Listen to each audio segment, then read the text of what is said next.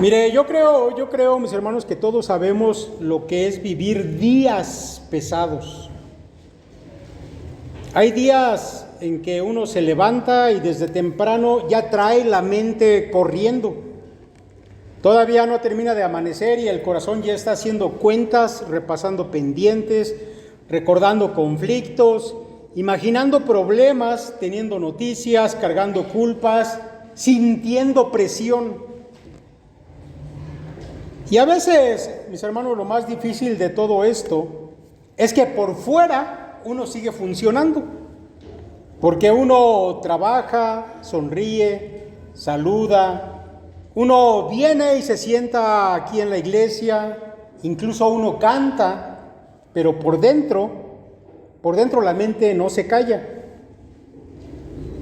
Hay personas que se ven tranquilas, pero traen una tormenta dentro de sí.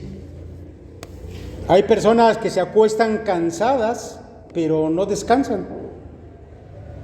Hay personas que oran, pero no sueltan su carga.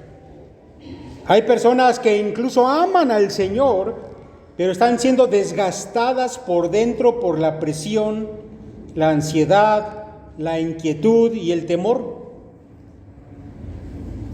Pero mire, cuando llegamos a la palabra de Dios, encontramos algo muy importante, que la Biblia no trata este tema con superficialidad.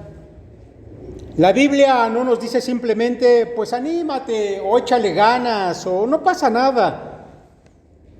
La Biblia, mis hermanos, no responde con frases tipo calendario cristiano, con un optimismo barato. Porque mire, cuando Pablo escribió Filipenses, que ese texto que leímos anteriormente es de este libro, no estaba de vacaciones en un jardín con pajaritos cantando, él estaba preso. Cuando Pedro escribió su primera carta, que también leímos un párrafo, no les escribe a los creyentes que estaban disfrutando comodidades, sino a hermanos que estaban siendo probados, estaban siendo humillados, perseguidos y vivían presionados. Eso quiere decir, mis hermanos, que estos textos que leímos y en los que vamos a meditar nacieron en el mundo real. No fueron escritos para gente imaginaria. Fueron escritos para creyentes que conocían el peso de la vida. Por eso, cuando Pablo dice, por nada estéis afanosos, y cuando Pedro dice, echando toda vuestra ansiedad sobre él, no nos están dando una frase bonita como para ponerla en una taza. Nos están dando una estrategia espiritual para días en que hay que combatir esa ansiedad. Porque, mis hermanos, la paz de Dios, de la cual vamos a hablar hoy, no es solamente una mera decoración en el texto.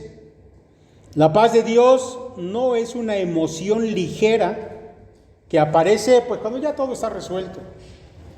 La paz de Dios, mis hermanos, es una obra del Señor en el creyente que aprende a venir a Dios correctamente en medio de presiones reales. De eso vamos a hablar hoy. Quiero volver a leer estos dos textos porque son muy breves y después vamos a entrar ya en el sermón propiamente.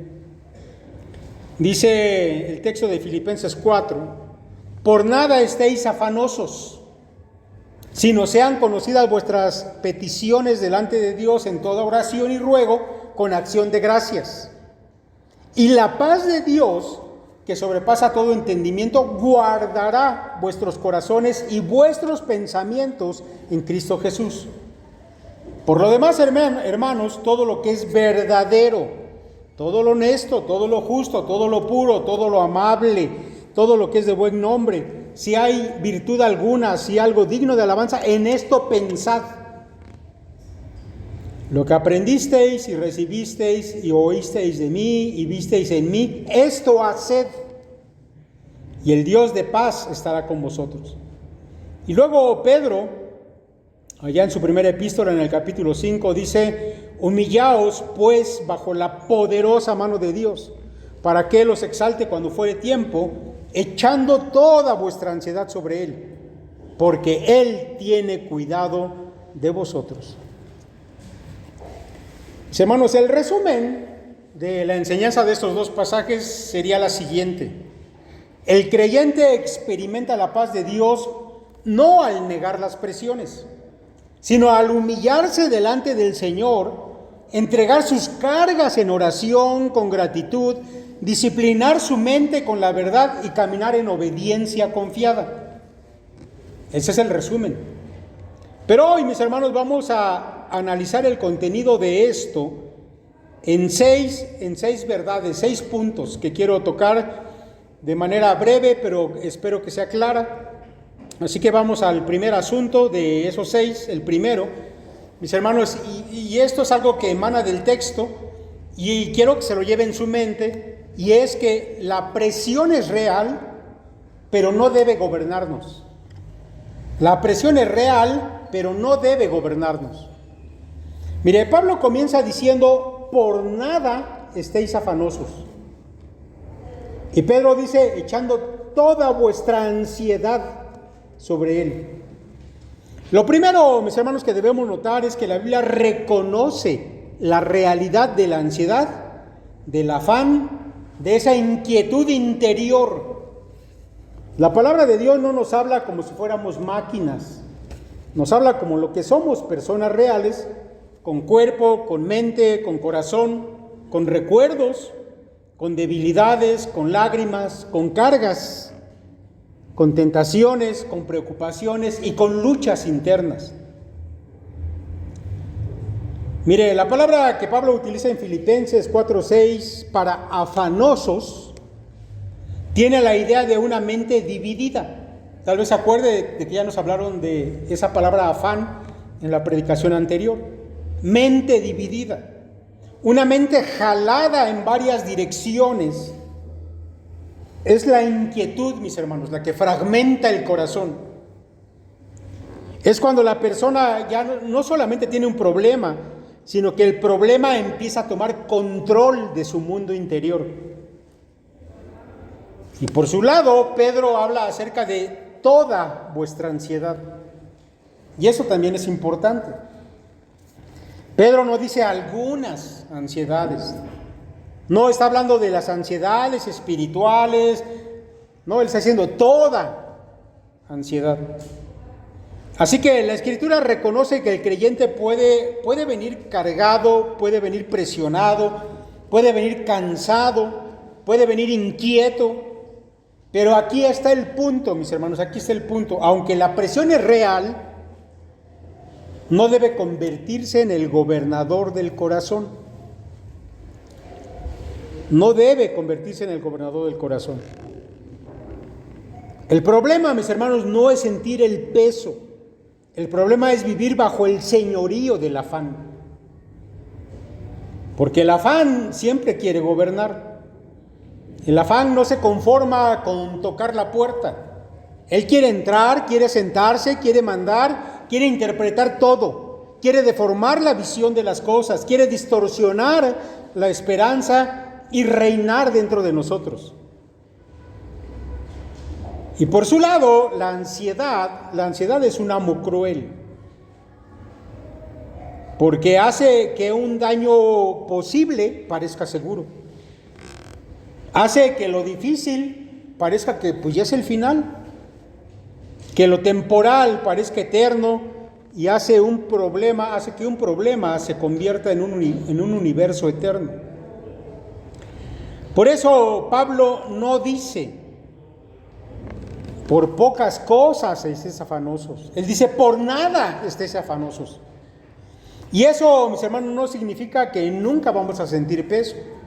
No significa que nunca vamos a sentir preocupación. No significa que no existen situaciones verdaderamente duras. Lo que significa es que el creyente no debe instalarse bajo el dominio del afán. Ahora, mire, aquí hay otra cosa. Una cosa es ser responsable, pero otra muy distinta es ser gobernado por la ansiedad. Una cosa es pensar seriamente en un problema, como lo debemos hacer, pero otra cosa es postrarse interiormente delante del problema como si Él fuera el soberano. Y aquí, mis hermanos, hay que ser claros. Yo creo que hay cristianos que ya no distinguen entre ser responsable y vivir en ansiedad.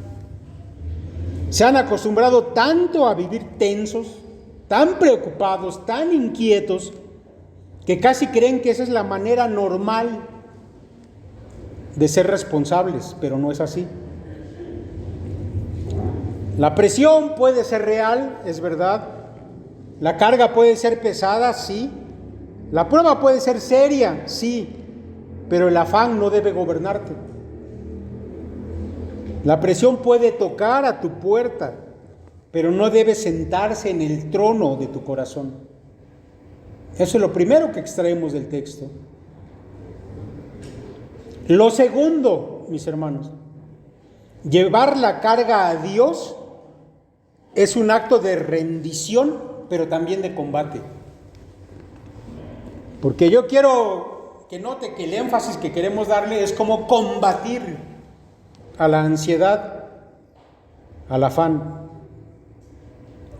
Así que Pablo dice: si no sean conocidas vuestras peticiones delante de Dios en toda oración y ruego con acción de gracias. Y Pedro dice: humillaos pues bajo la poderosa mano de Dios, y luego añade echando toda vuestra ansiedad sobre Él.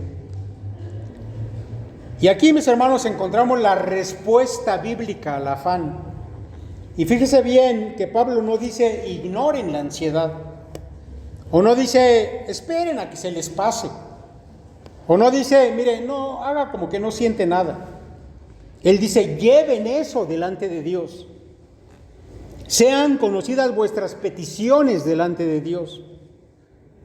Y eso, mis hermanos, yo creo que es una expresión hermosa de la Biblia. Lo que te pesa, llévalo delante de Dios. Lo que te inquieta, llévalo delante de Dios. Eso que te roba el sueño, llévalo delante de Dios. Lo que te asusta en el futuro, llévalo delante de Dios. Eso que tú no puedes resolver, llévalo delante de Dios. Y luego Pablo utiliza varias palabras seguidas: oración, ruego, peticiones. Bueno, mis hermanos, eso no es un amontonamiento de palabras nada más porque sí. Es una manera de mostrar que debemos venir a Dios de forma real, concreta, específica, sincera.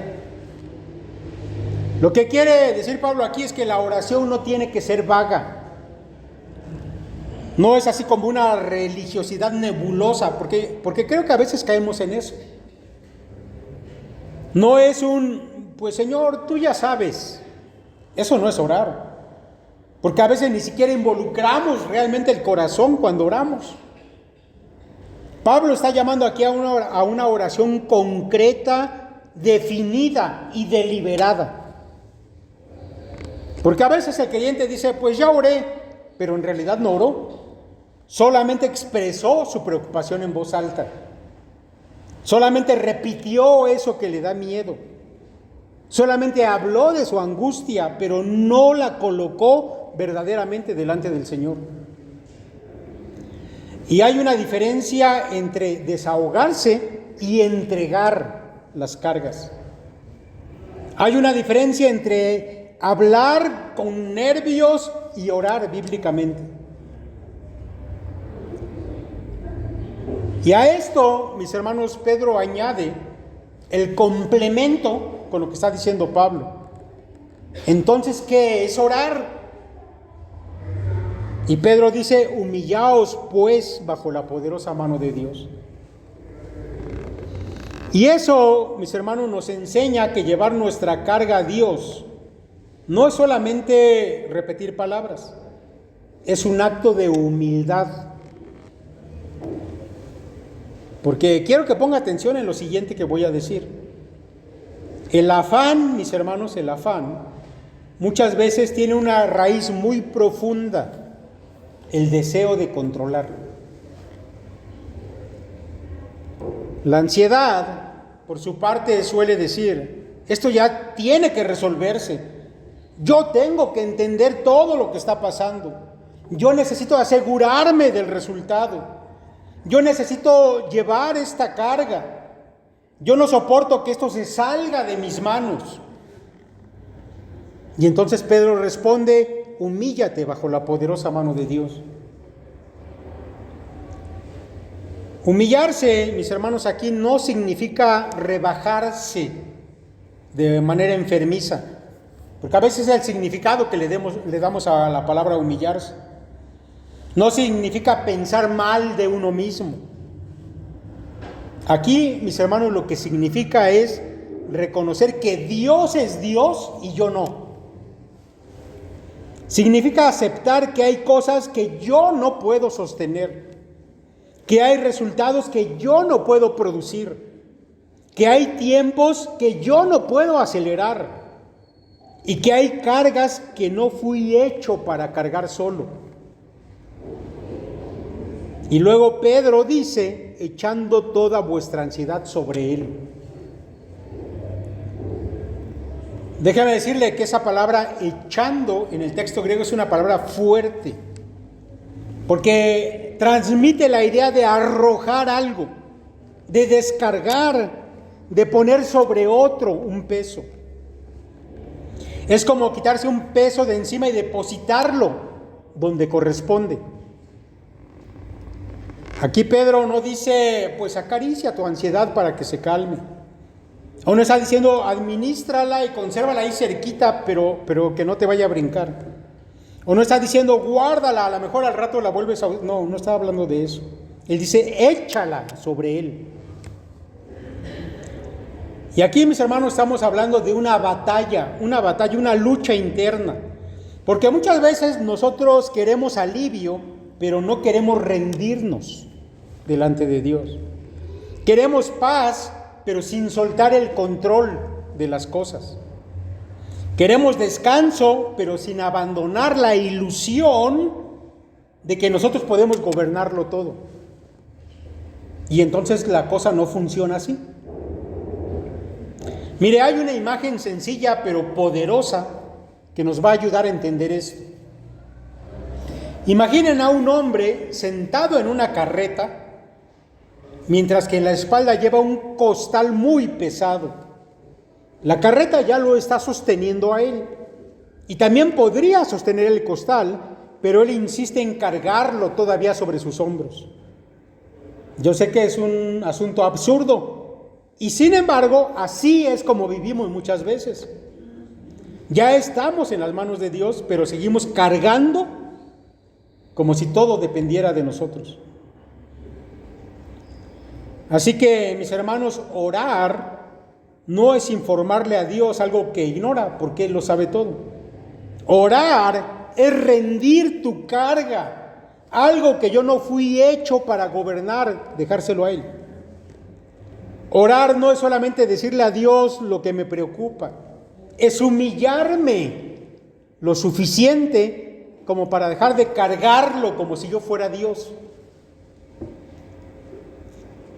La oración que trae paz no solo habla de la carga, la deposita en las manos del Señor.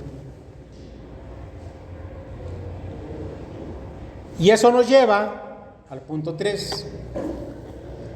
En el punto 3 vamos a aprender que la gratitud también pelea en contra de la ansiedad y del afán. La gratitud también pelea. Porque Pablo dice a continuación algo muy importante, con acción de gracias.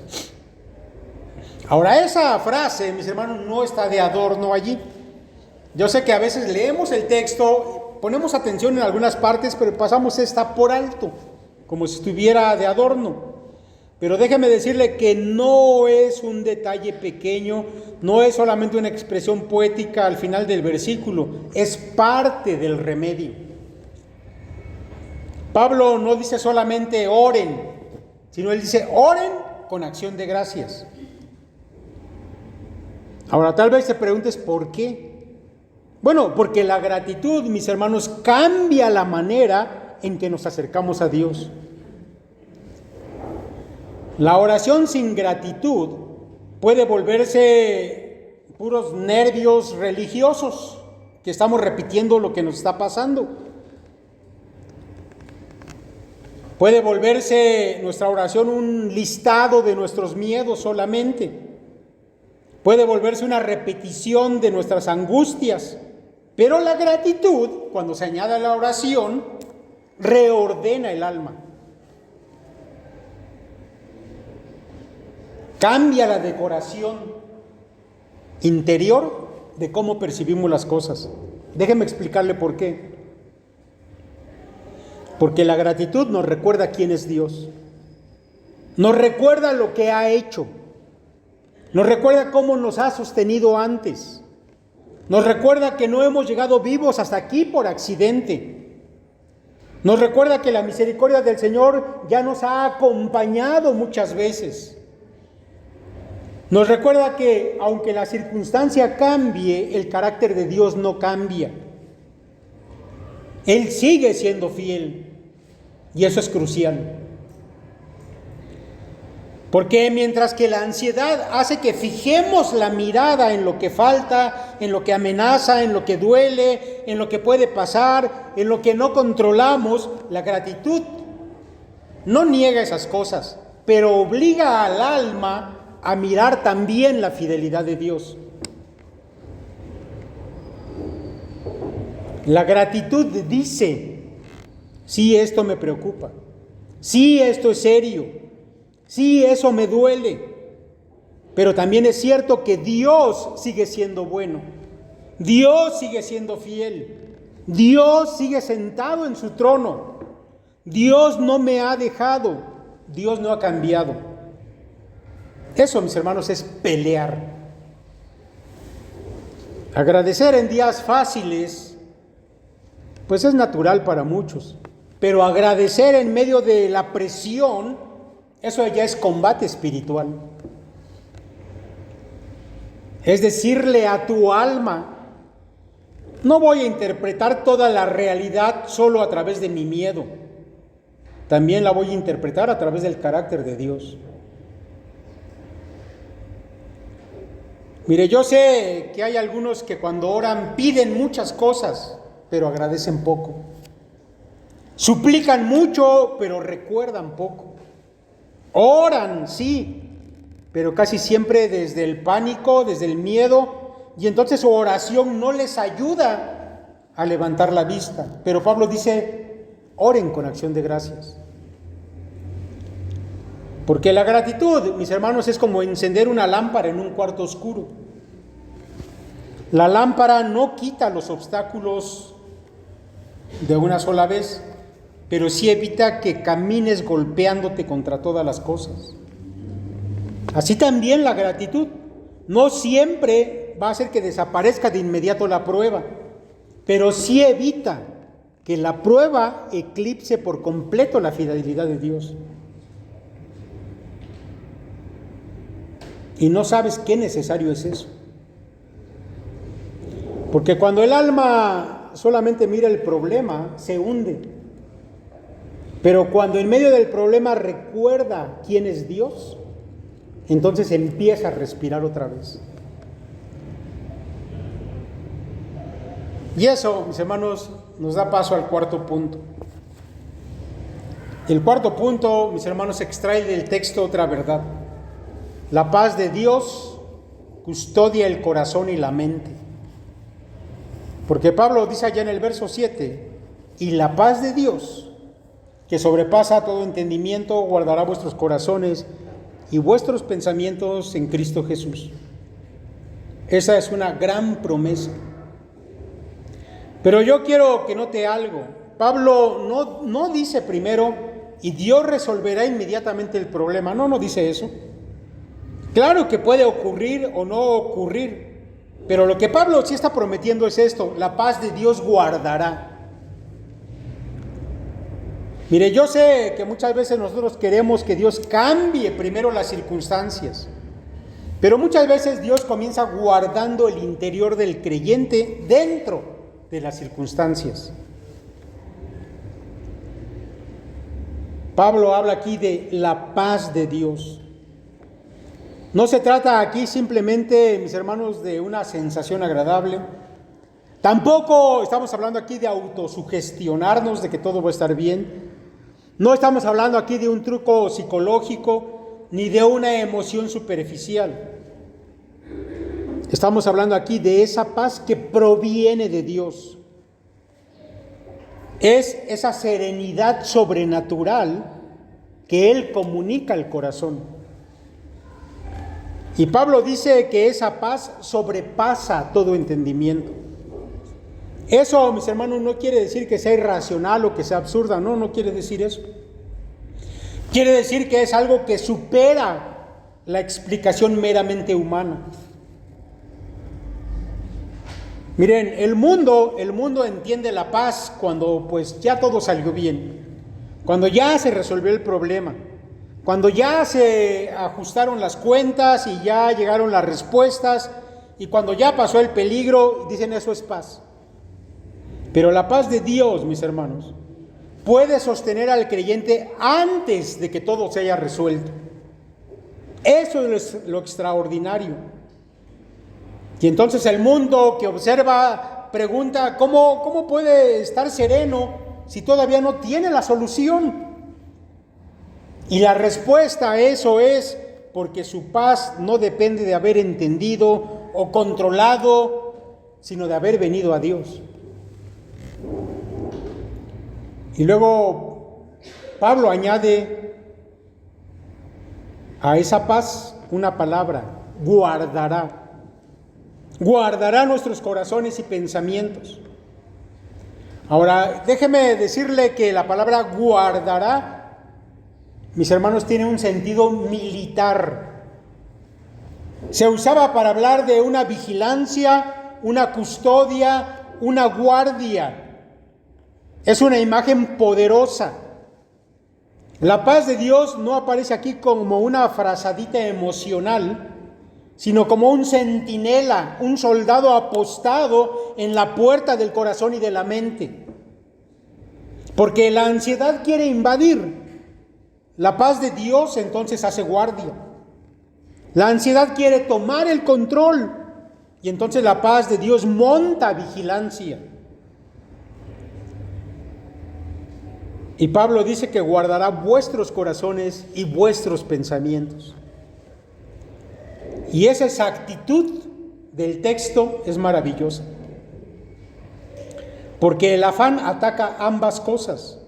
Ataca el corazón, es decir, las emociones, el ánimo, el deseo, la voluntad, el temor, el consuelo, pero ataca también los pensamientos. Es decir, la forma en que interpretas la realidad, la imaginación, la lógica, la memoria, los escenarios mentales que comienzas a armar, las conclusiones precipitadas. Hay personas cuya batalla principal está en el corazón. Viven angustiadas, tristes, como si estuvieran apretadas por dentro. Pero hay personas cuya batalla principal está en los pensamientos. No pueden apagar la mente, no pueden detener esos escenarios que les dan miedo, no pueden dejar de rumiar las posibilidades y los temores. Y entonces Pablo dice, la paz de Dios guardará a ambos. Pero no termina ahí. Pablo añade, en Cristo Jesús. De modo que esta paz de la que se nos está hablando no es una paz en sentido genérico. No es una espiritualidad sin contenido, no es un bienestar abstracto. Es paz en Cristo, paz en unión con Él, paz bajo su señorío, paz sostenida por la obra de Cristo, paz dada por su presencia. Mis hermanos, la paz de Dios no siempre cambia de inmediato las circunstancias, pero claro que sí fortifica al creyente dentro de ellos. Y eso es muy importante decirlo, porque no estamos predicando una fantasía. El texto, mis hermanos, no enseña que el cristiano fiel jamás tendrá noches pesadas. No enseña que un acto de oración resolverá de inmediato todo el conflicto que estamos viviendo. Lo que enseña es algo más profundo que eso, que Dios puede plantar un centinela en el alma mientras todavía la tormenta sigue rugiendo afuera. Eso es lo que el texto nos enseña y nos promete. Pero la cosa no ha terminado aquí. Nos lleva al punto número 5, mis hermanos, que es otra verdad que emana del texto. Que una mente disciplinada y la obediencia sostienen esa paz. Mire, yo sé que muchos vamos a este texto de Filipenses y leemos la primera parte, lo de la oración, lo de la paz que sobrepasa todo entendimiento, y hasta ahí le dejamos. Pero el texto ahí está incompleto. Por eso Pablo, después de hablar de la oración y de la paz, en el verso 8 dice después: por lo demás, hermanos, todo lo que es verdadero, todo lo honesto, todo lo justo, todo lo puro, todo lo amable, todo lo que es de buen nombre, si hay virtud alguna, si algo digno de alabanza, ¿en esto qué? En esto pensad. Y en el verso 9 añade también: lo que aprendisteis y recibisteis y oísteis y visteis en mí, esto haced, y el Dios de paz estará con vosotros.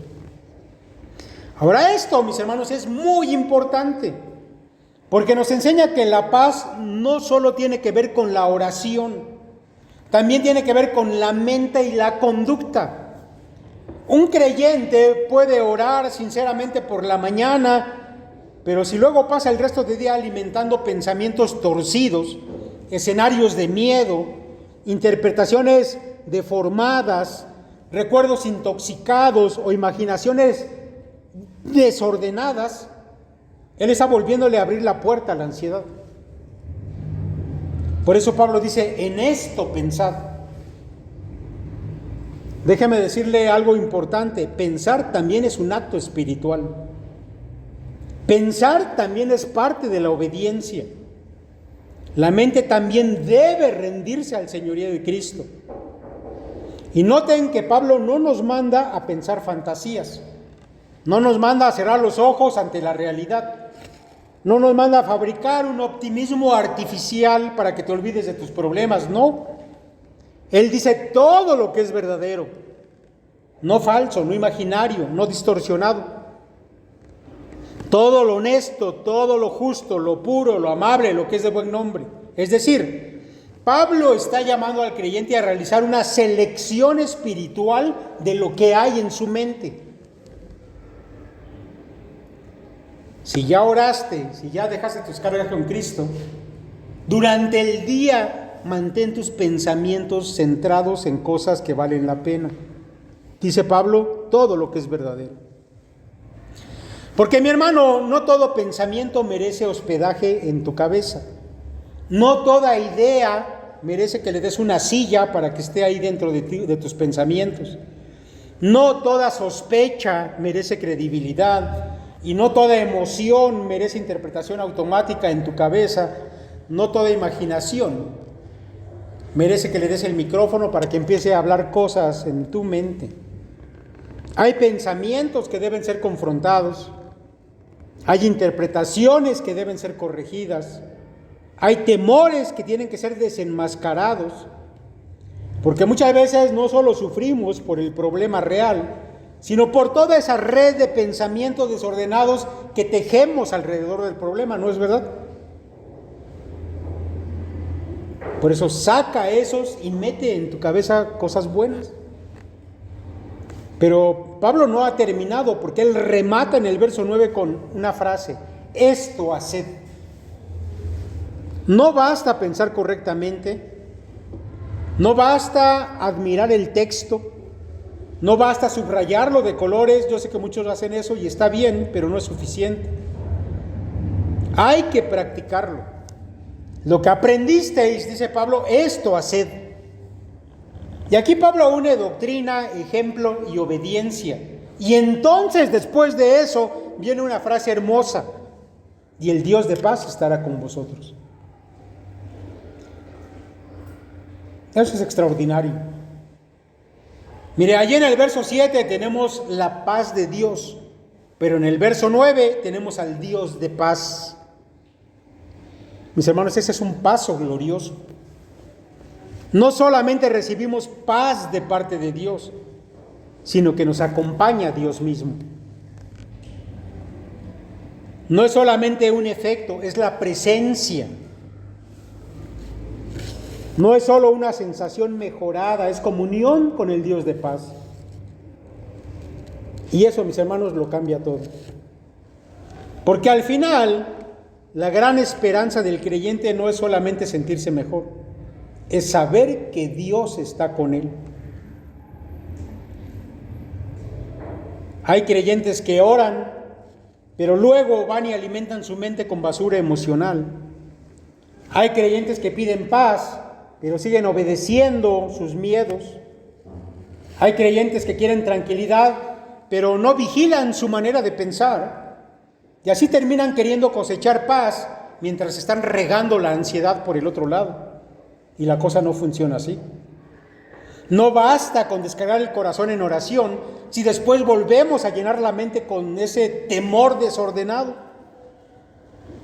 Entonces Pablo dice, ora, agradece, piensa rectamente, obedece, y en ese camino experimentarás la compañía del Dios de paz. Y eso nos lleva a la parte final ya, el punto número 6, y es la gran verdad base de todo esto. Todo descansa en el cuidado de Dios. Finalmente, Pedro nos da ese fundamento, y es un fundamento tierno, el más tierno de todos. Él dice, echando toda vuestra ansiedad sobre Él, porque Él tiene cuidado de vosotros. Mis hermanos, ahí está la base de todo lo que hemos dicho anteriormente. ¿Por qué podemos echar sobre Dios nuestra ansiedad? ¿Por qué podemos venir a Él con lo que nos está pesando? ¿Por qué es que podemos soltar la carga en sus manos? Porque Él tiene cuidado de nosotros. No echamos nuestra ansiedad en el vacío, no la estamos lanzando al aire, no la depositamos en un concepto abstracto, la echamos sobre un Dios que cuida. Y esa palabra, mis hermanos, es extraordinaria. No significa que Dios solamente nos tolera, o no significa ignorancia educada, como si dijera, sí, bueno, deja ahí tus cargas. Significa cuidado real, interés verdadero, atención personal. Dios se interesa por sus hijos. Mire, Pedro había hablado antes de la poderosa mano de Dios, y eso, mis hermanos, sin duda que suena imponente, pero luego añade, porque Él tiene cuidado de vosotros. Y eso, mis hermanos, es un equilibrio maravilloso, porque la mano que gobierna el universo no es fría. La mano que dirige la historia no es indiferente. La mano que rige los tiempos también sostiene a sus hijos. Dios no solo puede con lo que te pasa, Dios se interesa por lo que te pasa.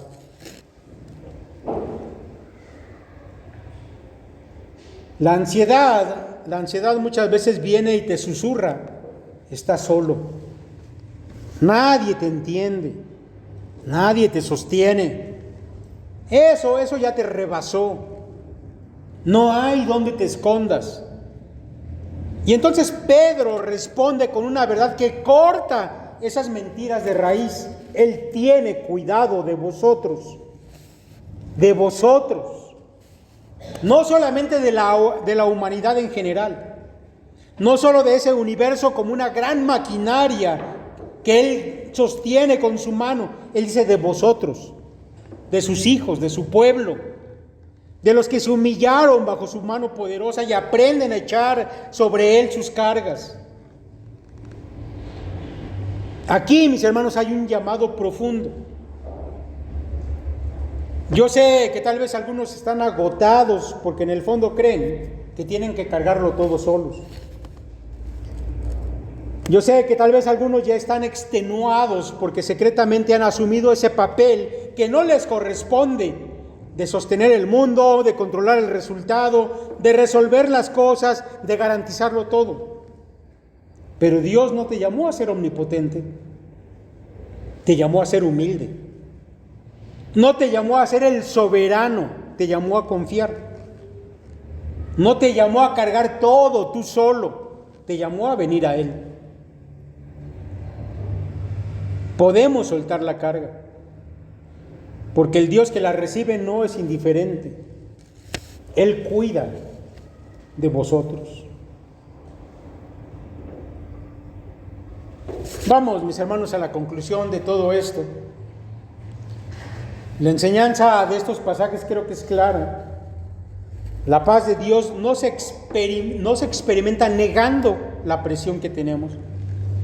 No se experimenta maquillando las emociones. No se experimenta repitiendo frases vacías mientras por dentro seguimos abrazando el afán. La paz de Dios se experimenta cuando el creyente reconoce que la presión es real, pero que no debe gobernarlo. Cuando lleva su carga a Dios, cuando se humilla bajo su mano, cuando agradece en medio de la lucha, cuando disciplina su mente con la verdad y cuando camina con obediencia, cuando descansa en el cuidado fiel de su Señor. Pablo nos dice que la paz de Dios guarda y Pedro dice que Dios cuida. Y entre esas dos verdades el creyente puede respirar de nuevo. No porque ya todo se haya resuelto, sino porque Dios sigue en su trono. No es porque ya no hay tormenta, sino porque en medio de la tormenta el alma ha aprendido a refugiarse bien. No porque ya no haya presión, sino porque esa presión ya no tiene derecho a gobernar sobre el corazón del creyente. Mis hermanos, la paz de Dios no siempre llega quitando primero la tormenta. Muchas veces llega plantando un centinela en el corazón mientras la tormenta todavía ruge afuera. Mis hermanos, tal vez hoy haya algunos de ustedes que necesitan hacer un trato serio con este texto. Tal vez has estado viviendo bajo presión real. Y eso es algo que no se minimiza porque no es poca cosa. No es un invento, no es una exageración. Pero sí hay que decir con amor y con verdad, mis hermanos, que no tienes que seguir siendo gobernado por el afán. Hoy el Señor te llama a dejar de dialogar con esa ansiedad que tienes y empezar a llevarla deliberadamente a Él. Yo sé que a algunos les hace falta orar de verdad. A otros les hace falta agradecer en medio del valle de sufrimiento que están teniendo. A otros les hace falta dejar de alimentar pensamientos torcidos. A otros les hace falta humillarse y soltar el control. Y a todos nos hace falta recordar que Él tiene cuidado de nosotros. Así que no salgas hoy de este texto solamente habiéndolo escuchado y admirado. Sal de este texto practicándolo. Pon tu carga delante de Dios. Nombra tu ansiedad delante de Dios. Agradece delante de Dios. Suelta delante de Dios. Y luego piensa bíblicamente. Obedece con humildad. Y deja que la paz de Dios haga guardia donde el miedo ha querido hacer estragos. Dios quiera, mis hermanos, que esta palabra quede en tu mente, en tus pensamientos, porque todos batallamos con situaciones de estrés, de afán, de ansiedad, pero la Biblia dice que no debes dejar que se sienten en el trono de tu vida y sea tu forma normal de vivir. Dios no nos ha llamado a eso, pero nos ha dado la respuesta. Y está ahí al alcance de tu mano. Mi hermano, ve y vívela. A eso nos llamó el Señor. Que Dios los guarde.